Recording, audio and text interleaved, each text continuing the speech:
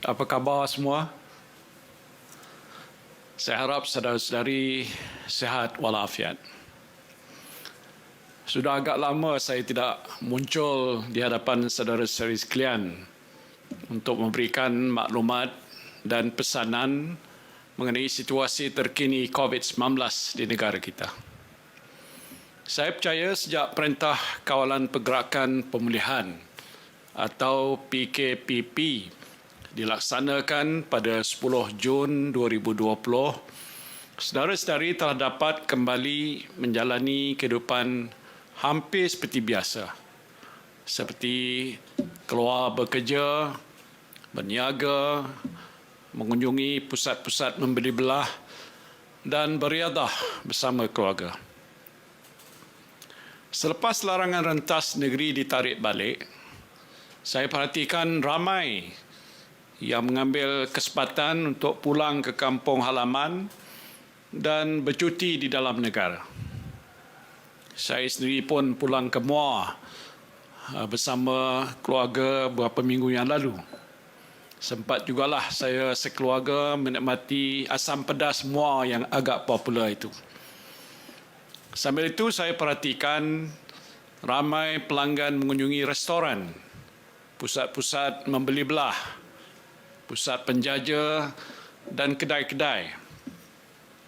Dan keadaan ini amat berbeza sekali berbanding ketika Perintah Kawalan Pergerakan dilaksanakan. Saya juga diberitahu hotel-hotel dan tempat-tempat penginapan di seluruh negara menerima banyak tempahan daripada para pengunjung. Ini kita fahamlah, kerana hampir 3 bulan berkurung di rumah. Ramai dalam kalangan saudara-saudari yang mengambil kesempatan untuk bercuti bersama keluarga. Lebuh raya utama di negara kita juga kembali sesak dengan kenderaan terutamanya di hujung minggu. Ini satu petanda yang baik.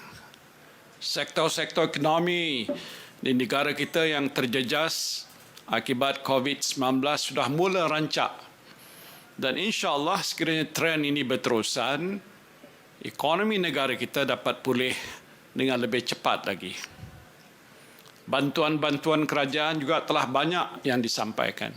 Sehingga hari ini sahaja sejumlah 11.14 bilion ringgit Malaysia telah disalurkan kepada 10.4 juta penerima bantuan prihatin nasional. 1.4 juta pemandu e-hailing telah menerima allowance tunai RM500 dengan jumlah keseluruhannya 34 juta ringgit. Seramai 477,000 pemandu teksi, pemandu pelancong dan pemandu bas telah menerima allowance tunai RM600 dengan jumlah keseluruhannya 28.8 juta ringgit. 7.7 juta pengguna menerima diskaun 50% barang bil elektrik TNB dengan nilai keseluruhannya 312.32 juta ringgit, dan 1.4 juta pengguna menerima diskaun 15% dengan nilai keseluruhannya 185.75 juta ringgit. 65% isi rumah telah menerima manfaat moratorium bayaran balik pinjaman bank dengan nilai keseluruhannya 38.4 bilion ringgit.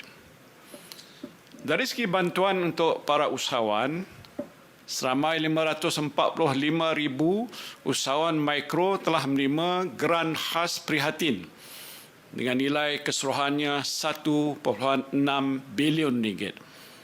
7,000 orang menerima kemudahan kredit mikro BSN dengan nilai keseluruhannya 247 juta ringgit, dan lebih 23,000 orang menerima kemudahan kredit mikro tekun dengan nilai keseluruhannya 177 juta ringgit. Subsidi upah bernilai 7.4 bilion ringgit juga telah disalurkan. Dan inisiatif ini telah memberikan manfaat kepada 834,000 majikan dan 6.7 juta pekerja di seluruh negara.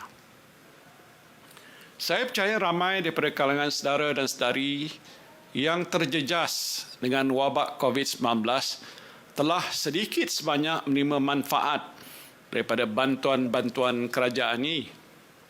Bantuan-bantuan ini adalah bersifat sementara untuk membantu saudara-saudari menjalani kehidupan dalam keadaan yang agak sukar. Yang lebih penting ialah bagaimana kita semua dapat keluar daripada krisis dan memulihkan keadaan kesihatan rakyat dan ekonomi negara kita dengan kadar yang segera. Saudara-saudari yang saya kasihi sekalian, saya sebenarnya sentiasa memantau keadaan terkini pandemik COVID-19 ini. Wabak ini masih belum berakhir. Kebanyakan negara luar masih mencatatkan kes COVID-19 yang tinggi. Sehingga semalam, hampir 14.5 juta orang telah dijangkiti virus COVID-19 di seluruh dunia dengan lebih 600,000 kematian dicatatkan. Walaupun kes COVID-19 ini kekal rendah di negara kita, saya agak bimbang. Saya bimbang dengan kewujudan 13 kluster baru sepanjang tempoh PKPP. Contohnya kluster restoran Kuala Lumpur. Dalam kalangan pekerja restoran yang dilaporkan sejak 6 Julai 2020 dan kluster Stutong yang bermula sejak 18 Julai 2020. Dan selain itu sejak 7 Julai 2020 terdapat 4 kluster baru yang dikesan berpunca daripada mereka yang pulang daripada luar negara, iaitu kluster di Sarawak sebanyak 3 kes, kluster di Melaka 5 kes, kluster di Terengganu 3 kes dan kluster di Kuala Lumpur 2 kes. Lebih membimbangkan saya, kes positif COVID-19 ini telah kembali mencatatkan angka 2 digit sejak beberapa hari yang lalu. Situasi ini tidak boleh diambil mudah oleh kita semua. Dan saya pasti saudara-saudari tidak mahu kerajaan kembali melaksanakan lockdown sekiranya kes-kes COVID-19 meningkat dengan mendadak. Saya juga berdoa dan berharap agar kita tidak perlu sampai ke tahap itu. Cukuplah 3 bulan kita semua berkurung di rumah untuk memutuskan rantaian jangkitan COVID-19 ini. Ekonomi negara kita terjejas teruk. Perniagaan mengalami kerugian dan ramai yang hilang pekerjaan. Dan sudah tentu kita tidak mahu kembali hidup dalam keadaan lockdown seperti itu. Sekiranya berlaku peningkatan kes COVID-19 secara mendadak dan memerlukan kerajaan menguasakan semula PKP, maka impaknya kepada ekonomi amat besar sekali. Penutupan semula sektor-sektor ekonomi boleh menyebabkan negara kehilangan sekurang-kurangnya 2 bilion ringgit sehari dan secara langsung menyebabkan kehilangan sumber pendapatan bagi jutaan pekerja di Malaysia. Ia juga akan menidakkan usaha-usaha kerajaan, usaha yang dibuat oleh sektor swasta dan NGO di bawah pakej prihatin dan penjana yang bertujuan untuk memulih dan menjana semula ekonomi. Dan harus diingat bahawa kerajaan sudah pun mengumumkan pakej rancangan ekonomi prihatin, prihatin tambahan dan penjana yang keseluruhannya berjumlah 295 bilion ringgit untuk kesejahteraan rakyat dan kelangsungan perniagaan dalam tempoh yang sukar ini. Lebih 2.75 juta pekerjaan telah pun berjaya diselamatkan di bawah program subsidi upah dan program pengekalan pekerja. Dan selain itu lebih 800,000 perniagaan, termasuklah perniagaan mikro dan juga PKS telah menerima manfaat daripada pakej-pakej rancangan ini. Pakej-pakej prihatin dan penjana dianggarkan menyumbang lebih 3% kepada pertumbuhan KDNK negara kita pada tahun ini. Dan sekiranya PKP ini terpaksa dikuatkuasakan semula, antara impaknya termasuklah unjuran pertumbuhan KDNK yang dijangka pada tahun 2021 mungkin tidak akan dapat dicapai. Perniagaan terpaksa ditutup semula dan kadar pengangguran di tahap 53% bagi bulan Mei 2020 boleh meningkat secara mendadak. Ini adalah suatu keadaan yang mesti kita elakkan. Jadi apa yang mesti kita buat? Seperti yang saya telah sebutkan sebelum ini, kejayaan kita memerangi COVID-19 dalam fasa pemulihan ini adalah bergantung kepada diri kita sendiri. Dan ia bergantung pada kesedaran kita, sikap kita dan amalan kita. Amalan kebiasaan baru ataupun new normal mesti kita teruskan.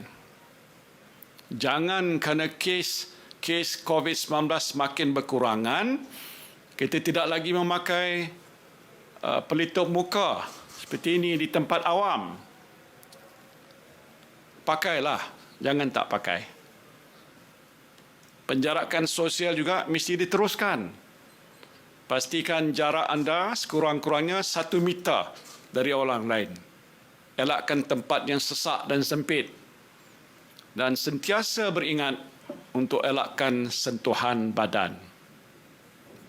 Saya selalu berpesan supaya saudara-saudari semua elakkan berjabat tangan. Saya tengok sekarang dah ada yang bukan saja berjabat tangan, malah berpeluk-pelukan ketika berjumpa sahabat handai dan sanak saudara. Ya, itu bagus untuk eratkan persahabatan dan persaudaraan. Tetapi jangan kita lupa, kita masih berada dalam fasa pemulihan COVID-19. Jadi amalan-amalan ini, walaupun baik dari segi pergaulan sosial, namun ianya amat tidak baik dari segi usaha kita untuk melindungi diri sendiri dan orang-orang di sekeliling kita daripada dijangkiti virus COVID-19. Memandangkan kes-kes positif COVID-19 banyak berlaku dalam kalangan mereka yang pulang atau tiba daripada luar negara. Kementerian Kesihatan Malaysia terus memperkokohkan kawalan di pintu masuk antarabangsa negara kita. Antara langkah-langkah yang diambil ialah melakukan saringan suhu badan dan gejala jangkitan saluran pernafasan semasa ketibaan. Menyemak keputusan saringan PCR COVID-19 yang dilakukan 3 hari sebelum pelawat berlepas ke Malaysia. Merujuk kes yang bergejala atau dikesan positif COVID-19 ke hospital, mengeluarkan perintah pengawasan dan pemerhatian di rumah di bawah Seksyen 15-1 Akta Pencegahan dan Pengawalan Penyakit Berjangkit 1988 selama 14 hari. Memastikan setiap orang yang tiba di Malaysia memuat turun dan mengaktifkan aplikasi MySejahtera, mewajibkan mereka ini memakai gelang tangan dan memastikan mereka menjalani ujian pengesanan COVID-19 pada hari ke-13 kuarantin di rumah sebelum diberikan pelepasan pada hari yang ke-14.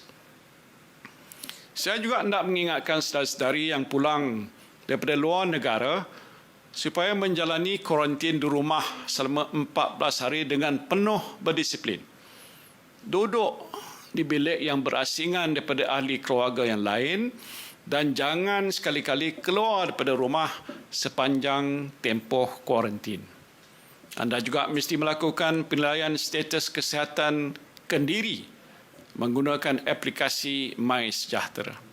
Sekiranya bergejala, maklumkan pada pejabat kesihatan daerah berhampiran dengan segera.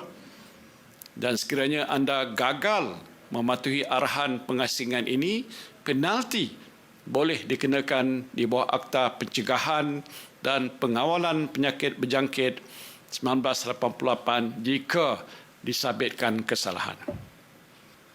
Jika perlu, kerajaan akan menempatkan rakyat Malaysia yang pulang ke tanah air daripada luar negara di pusat-pusat kuarantin untuk mengawal kes-kes import dengan lebih berkesan lagi. Penguasaan undang-undang juga akan ditingkatkan dengan denda yang lebih berat dan akan dikenakan ke atas mereka yang didapati melanggar undang-undang dan peraturan. Saudara dan saudari yang saya kasihi sekalian, kerajaan juga sedang menimbang untuk mewajibkan pemakaian pelitup muka di tempat-tempat awam.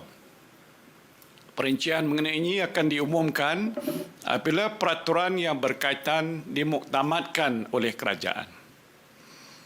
Dalam fasa Perintah Kawalan Pergerakan Pemulihan atau PKPP ini, setiap individu keluarga dan komuniti adalah petugas barisan hadapan atau frontliners. Ahli keluarga dan anggota masyarakat mestilah sentiasa menasihati dan ingat mengingati antara satu sama lain. Ibu bapa mesti sentiasa ingatkan anak-anak supaya sentiasa memakai pelitup muka ketika keluar daripada rumah. Ingatkan mereka supaya jaga penjarakan sosial. Sentiasa membasuh tangan, elakkan tempat yang sesak, jangan berjabat tangan dan lain-lain. Ingatkan mereka setiap hari. Tak mengapalah kalau dikatakan belete pun, kerana ini amat penting bagi kita. Ini kerana kita semua sayangkan keluarga kita. Di tempat kerja, majikan mesti sentiasa ingatkan pekerja supaya patuhi SOP yang ditetapkan. Sentiasalah pantau pekerja anda. Letakkan notis ataupun peringatan mengenai SOP yang perlu dipatuhi di tempat yang mudah dilihat. Di sekolah, pengetua, guru besar, guru-guru, pengawas dan ketua kelas perlu memainkan peranan yang lebih proaktif. Ingatkan murid-murid dan rakan-rakan anda supaya sentiasa menjaga penjarakan sosial dan patuhi semua SOP yang telah ditetapkan oleh Kementerian Pendidikan. Saya juga nak mengingatkan ketua-ketua kampung, imam-imam dan ketua komuniti supaya jaga komuniti masing-masing. Ketua kampung bersama ahli-ahli jawatankuasa kampung misalnya boleh buat lawatan atau rondaan ke tempat-tempat yang sering dikunjungi oleh penduduk-penduduk kampung masing-masing.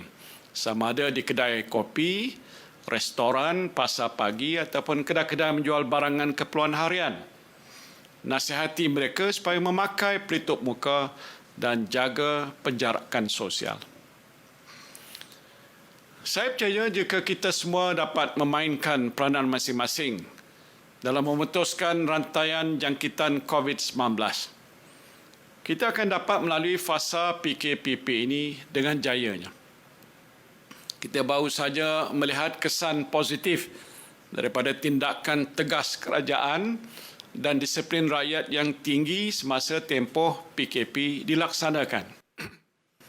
Ekonomi negara kita telah mula rancak kembali dan kita juga telah dapat menikmati semula kehidupan kita dengan mengamalkan kebiasaan baru. Namun, jangan kita lalai dan alpa.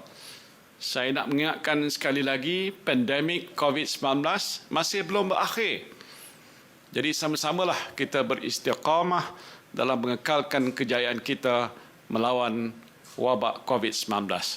Saya doakan semoga kita semua kekal sihat, kekal sejahtera dan kekal aman bahagia. Wabillahi taufiq wal hidayah. Wassalamualaikum warahmatullahi wabarakatuh.